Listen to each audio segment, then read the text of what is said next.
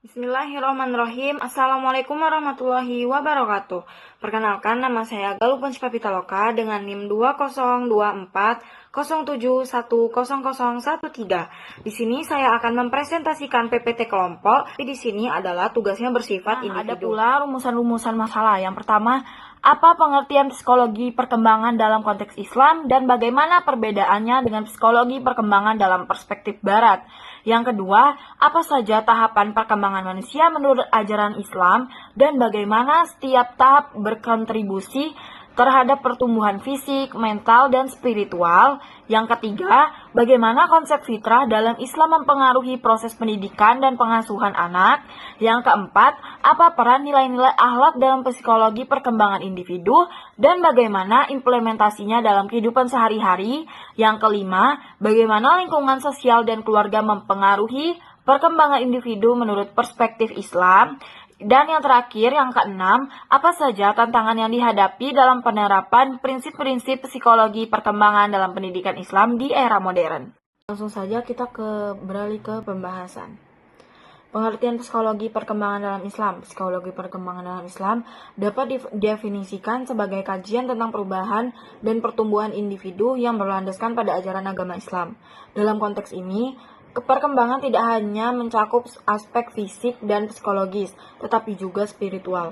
Konsep fitrah yang mengacu pada keadaan alami manusia yang suci dan baik menjadi dasar dalam pendidikan dan pengasuhan.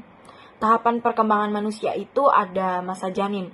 Dalam fase ini, perkembangan fisik pada janin itu sangat mempengaruhi pada lingkungan ibu, sehingga seorang ibu harus menjaga kesehatannya demi untuk bayi juga. Yang kedua, ada pada masa bayi dan anak-anak. Pada masa ini, anak-anak perlu diberikan kasih sayang oleh orang tua dan pendidikan yang baik. Yang ketiga, ada masa pubertas atau balik, di mana fase ini yaitu seseorang individu ini sudah mulai bertanggung jawab atas perbuatan mereka. Pendidikan moral dan spiritual ini sangat penting di masa balik. Selanjutnya ada masa dewasa. Pada masa ini, individu itu diharapkan menjadi pemimpin yang baik bagi diri sendiri dan orang lain, serta untuk kehidupan bermasyarakat dan bernegara. Yang terakhir yaitu pada masa tua. Di masa ini di mana individu akan lebih dekat kepada Allah Subhanahu wa Ta'ala dan merenungkan kehidupannya. Proses pembelajaran dan refleksi menjadi bagian terpenting pada fase selanjutnya ini ada konsep fitrah.